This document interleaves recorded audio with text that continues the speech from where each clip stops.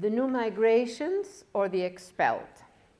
So I want to sort of navigate a somewhat complicated line within the whole discussion about migration. So I think, in my reading, I've long worked on migration, it seems to me that there are new types of migration happening, and that there is no law that recognizes them. So they sort of go beneath the radar screen, or we mix them up with traditional migrations or with refugee flows. But the migrations that I'm talking about have very specific conditions that push them out. And those conditions are linked to what, in terms of how we measure economic development, look like positives. So when those migrants arrive at our borders, whoever there, looks and says, "Hey, but your economy is doing very well. What are you talking about?" And they have no claim to make. Whereas in fact, they have been expelled from their land to develop mining, to develop plantation agriculture, to expand cities. So there's a kind of invisibility that attaches to them. So I want to focus a bit on that particular type of migration. You have among the readings also just the standard issue kind of stuff in the syllabus. So we have, one way of putting it is, we have two established subjects: the migrant, the immigrant, and the refugee. Both have law that recognizes them. That doesn't mean that they're always accepted or taken in, but there is a law that recognizes the immigrant, and there is a law that recognizes the refugee. The law that recognizes the refugee is an international law, if you want, and the law that recognizes the immigrant is national law. So it varies enormously among countries, across countries. But at the same time, the point here that I want to make, they have standing. You know the phrase standing. They are recognized. And this emergent third migrating person, for whom we have no law, is invisible to the eyes of the law. There is no law, that person is invisible, no matter the materiality of the body. And so here, this third, wow, those are big letters, you can read it all, right? So this third subject is generated by specific conditions of our modernity. And as I already mentioned, certain types of economic development that we measure as positives, right? So climate change, well, there are also other issues like climate change that also produce that. Climate change, land grabs, expansion of mining, water extraction, the expansion of cities, the expansion of violence, all producing a massive expulsion of an estimated million of small farmers every year. So it accumulates, and peripheral urban economies, also sort of little economies, that are at the edges often of plantations, of mining, of cities. They're also expelled from their life space. So a key assumption, I'm going to be reading from this, a key assumption organizing this, the project that I'm involved in on this, is that the larger context within which migration flows emerge matters. We tend to see the immigrant, there is this individual, etc., etc. We take her in or we don't take her in. I'm trying to also understand and share with you sort of a larger context within which migrations happen. Most major migrations of the last 2 centuries, and often even earlier, can be shown to start at some point. They were not always migrating. They were not migrating for millennia. They started. And so the question becomes, and this is something that most scholars on migration don't really focus on very much. Why does a migration start? The focus is rather on what we call chain migration. Once a migration is in place, then you have a kind of a somewhat automatic element in the picture. That means that some people keep migrating, the sons and daughters, et cetera, et cetera.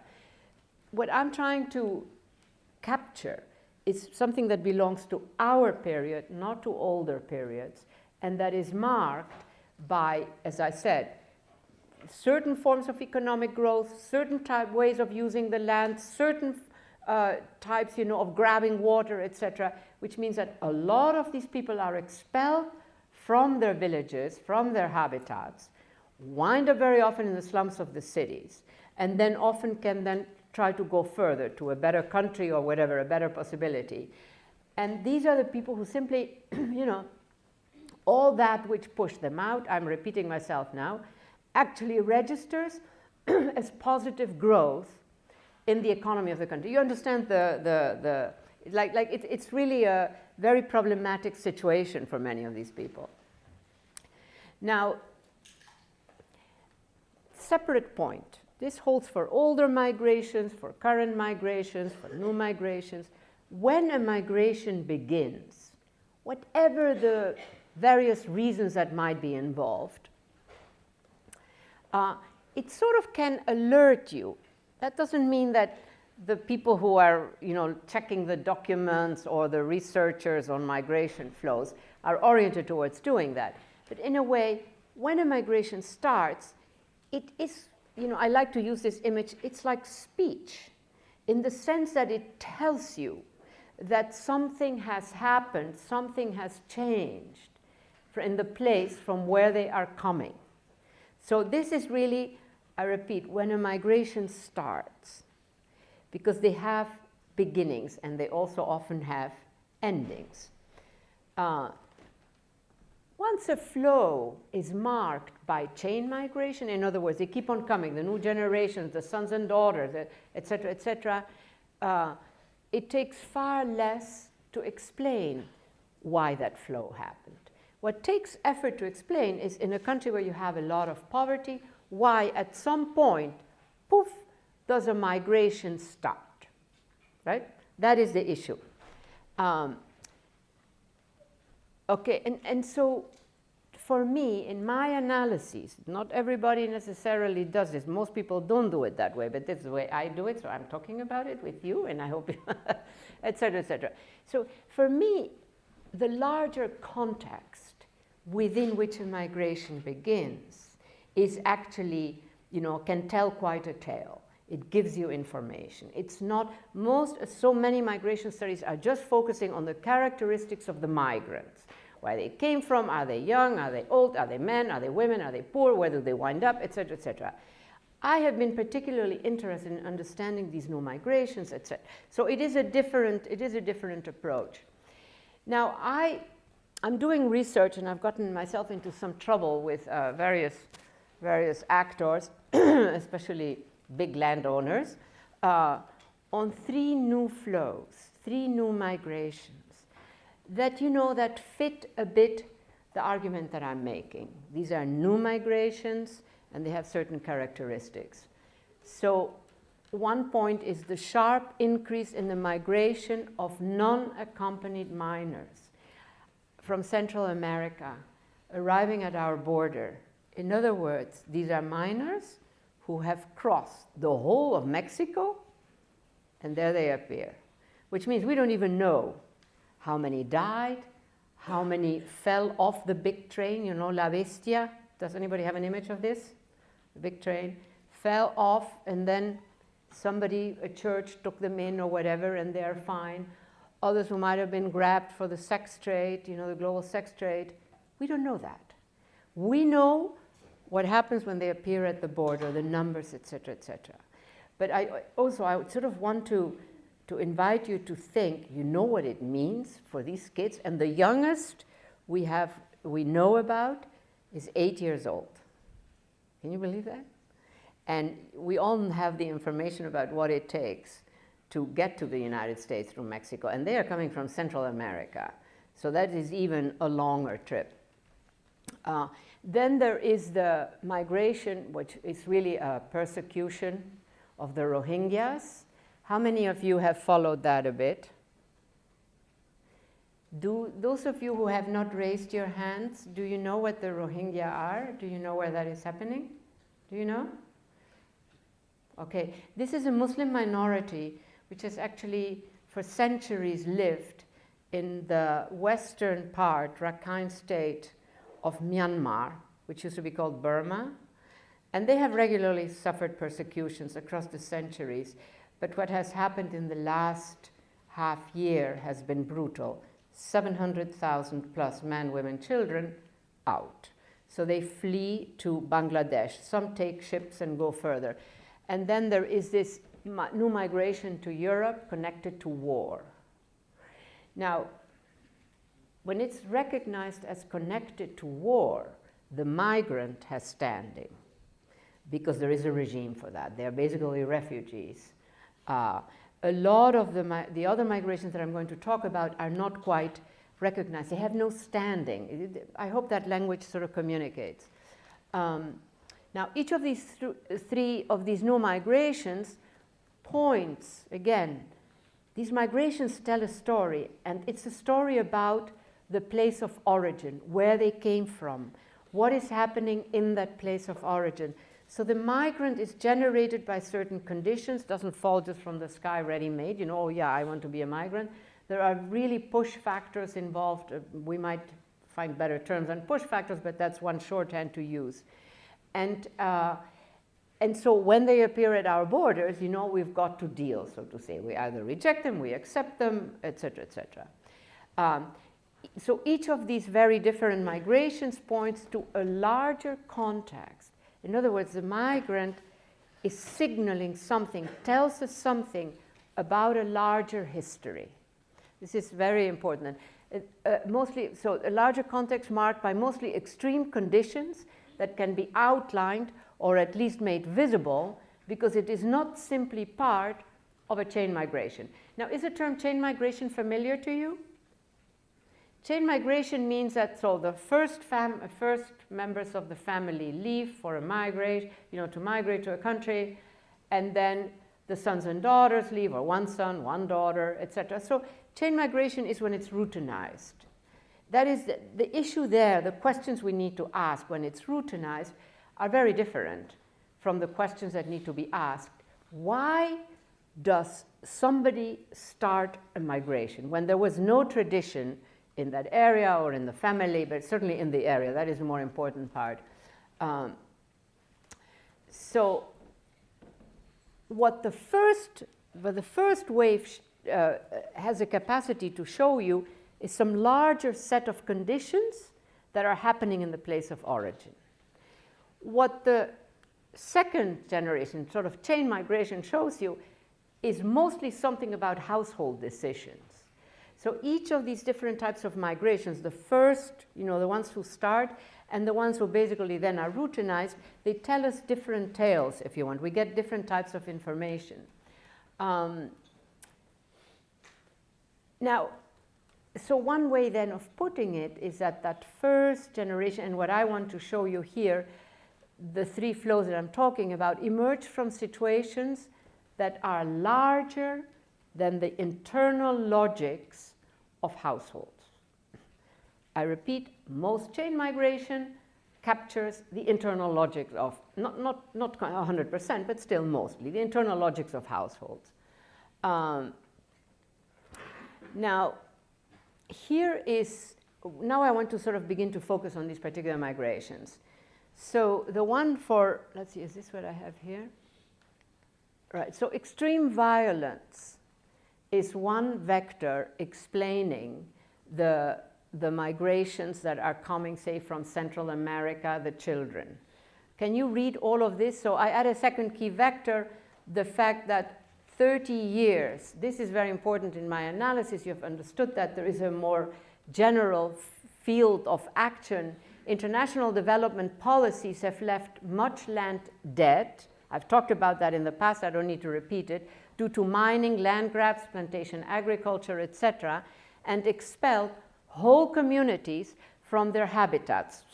I'm talking about rural communities. So I want to have an image that what we call economic development often produces what? A lot of expelled people from their little agricultural holds, etc. I also covered that when I talked about mining, water grabs, etc. A lot of that stuff is producing a kind of migration flow that tends to go to the nearest big city in that country, but they are literally expelled. But there is no, bless you too, there is no, please acquire, no, I'm joking. There is no law that or regime that captures that particular type of migration. And so moving to the slums of large cities has increasingly become, for many of these rural people, the last option. Those who can afford it then might also take the next step, right? Now, this multi-decade history of destructions of the environment, in other words, the mining, the et cetera, has reached extreme levels. These processes that can take 10 years, 20 years, by the time you are 20 years into land grabbing, water grabbing, the situation can really become critical. It's not simply that, okay, we move to another patch of land. Often the other patch of land no longer exists. It's part of a big plantation, it's part of a big mining operation, it's part of the Nestle's and Coca-Cola's land that they get in order to grab water. Huh? You get the image here. Climate change in that setting also then further damages the environment. Now here we've gone through all of this. I'm not going to go again.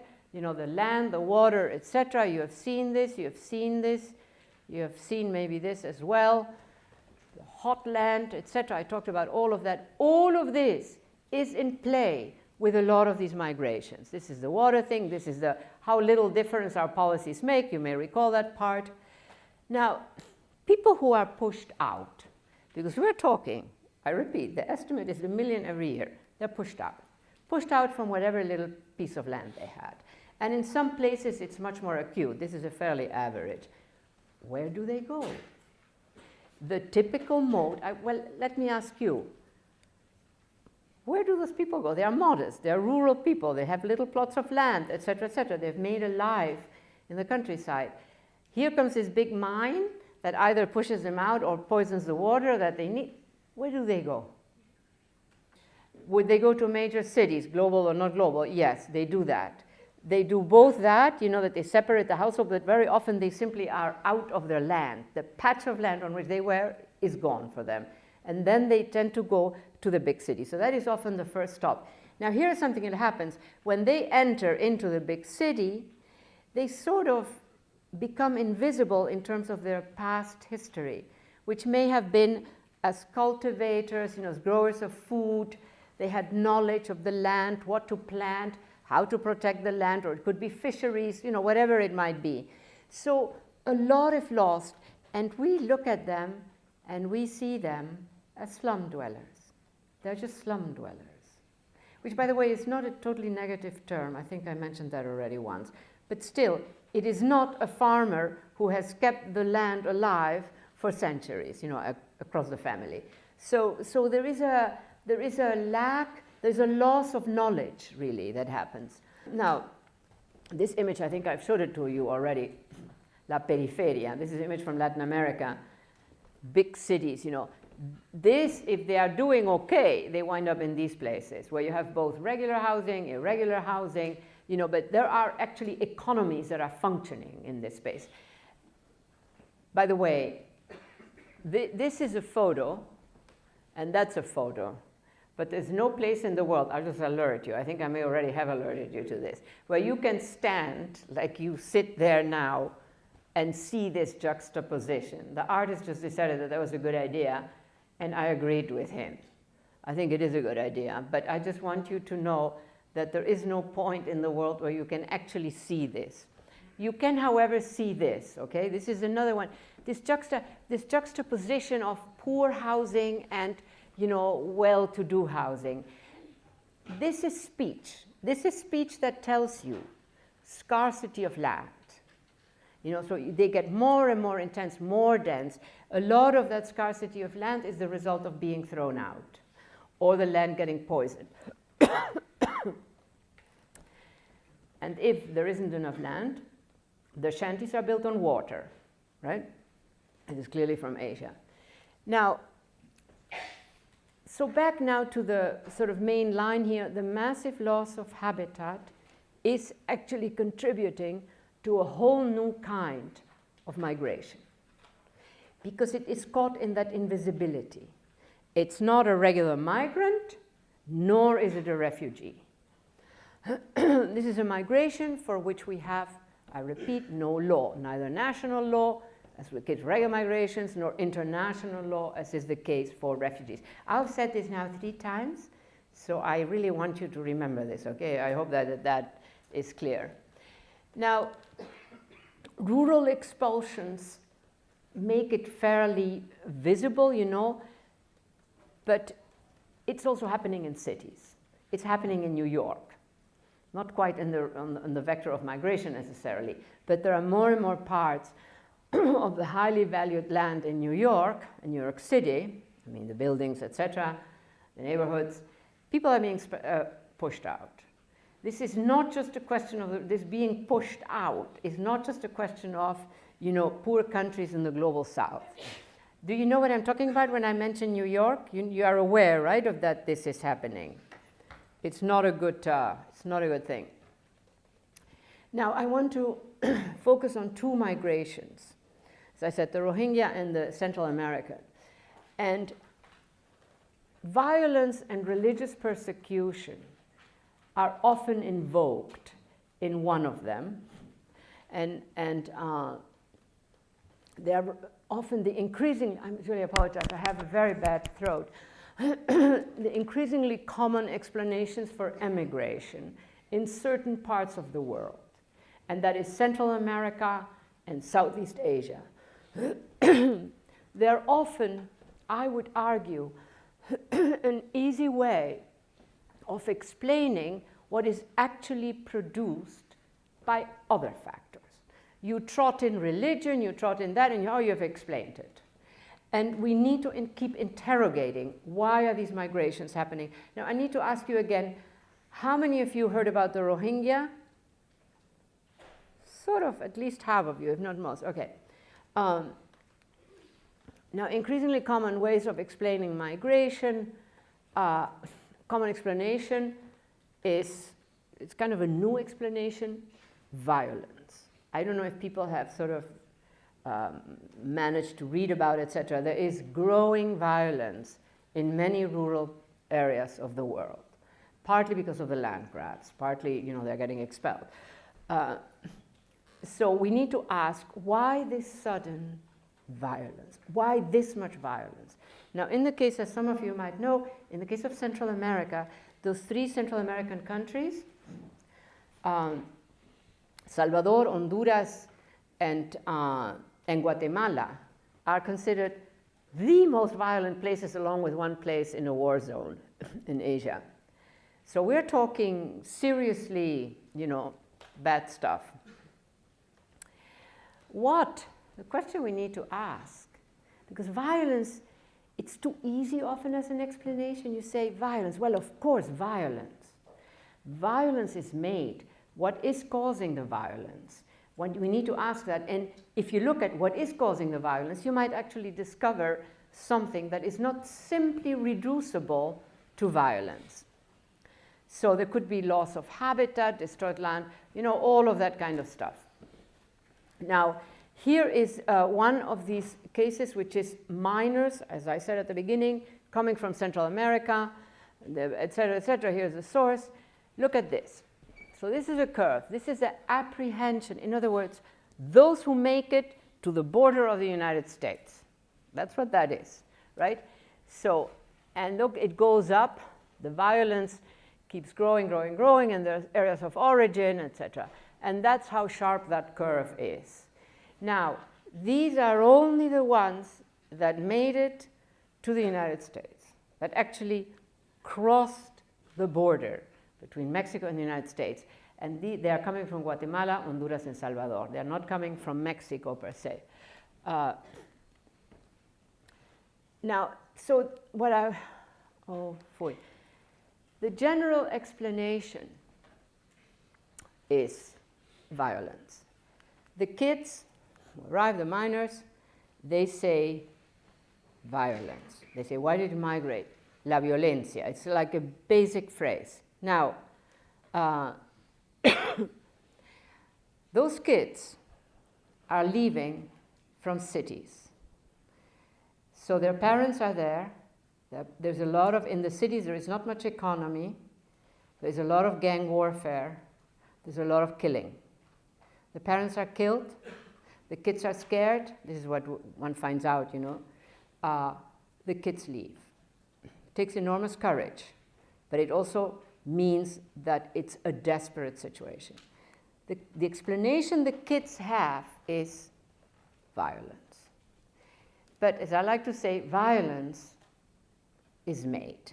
And so the question is, what is the nature of the violence? And the fact is that when you really go digging, I went digging and it got me into trouble. When you really go digging, you see that the violence actually started in the rural areas. Because in the rural areas, the small farmers kept being expelled by some very well-known, major, as they say, terratenientes, people who own massive amounts of land. Now, one of these, I wrote an article about this in, I can't remember, in The Guardian or one of those newspapers, and I mentioned his name. I'm not going to mention it now, but it's in that article. And he told me, you know, I mean, he sent a lawyer. So anyhow, so it really gets very tricky. I will say, do you get my shorthand or not? You understand what I'm saying, right? I will say that now I won that battle.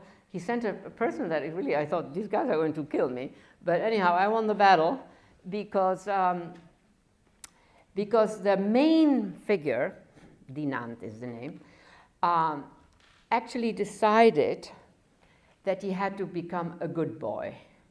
He won a prize from the World Bank for developing this huge plantation that was all land-grabbed land, mind you, all these expelled. The fact that the World Bank gave him that prize, this is sort of an ironic twist, generated a massive debate because he has a private army, he had killed human rights activists, he had killed, I mean, incredible story. So suddenly, the World Bank had to say, okay, we have to withdraw the prize, we can't do this. At that point, he reinvented himself. And I hope it's true, because, you know, the world is going to be better off. And so now he's being nice with small farmers and with people like me. But, and he keeps sending me all the good things. I mean, I'm just, you know, that sort of I regularly get something, an email or whatever. And, but of course he has already grabbed just about all the land, because it's very good land, moreover. So, you know, anyhow, it's truly, for those of you who are interested in this subject, I would track him a bit, you know, just find out what all is happening. Now, I want to talk about this other migration very quickly. Religious persecution. The Rohingya, those of you who know, in a very short period of time, 700,000 were expelled. Their villages were burned. Almost 300 villages were burned. In a particular state, in a very big country, Myanmar, also known as Burma, is the biggest country in Southeast Asia. People often don't know that. So I went digging there, again, because there was something incomplete in the account. These accounts are somehow, from the sky falls this operation. So I wrote an article, I got attacked a lot, where I said, look, yes, religious persecution is the tragedy here. This is tragic. But what is the cause for this extreme? And I went digging, and I found out, just to give you sort of an idea how to do research also for those of you, research that criticizes a mainstream interpretation.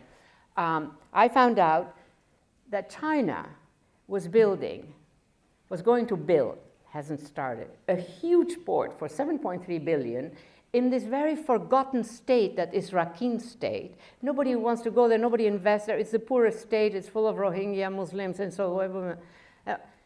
And so I wrote this article and I said, look, I think we should be aware that something else might be happening here as well, which is massive land grabs. And I got criticized. I said, no, this is about religion. And I said, yes, it's about religion, but religion can also be used for other purposes. And I swear, just 10 days ago, the national government said, Rakhine, where all the areas where those migrants were, those 300 villages that were burned to the ground, they said, okay, this is now under the control of the military. So I pushed very hard, I got criticized, but in the end, you know, the sort of a certain kind of truth came out, and now it's completely established, and it is becoming, you know, something that people are aware of. So yes, religion, but the military, who were always in charge of economic development in Myanmar, they could also have other purposes. They could use the religious persecution. And so this then has become a very sort of sad case. And here are some of the routes, you know, when they escaped, but these are all the routes. Mostly now they went to Bangladesh. Just to give you, this Andaman Sea here is like the equivalent sea of the Mediterranean with the migration story. And this is, I think, one more here. And these are also the people traders, etc. And now I say bye-bye, and I invite Nir Barak to the stage. I'm sorry. Yes, you come. I have lost my voice. There you go.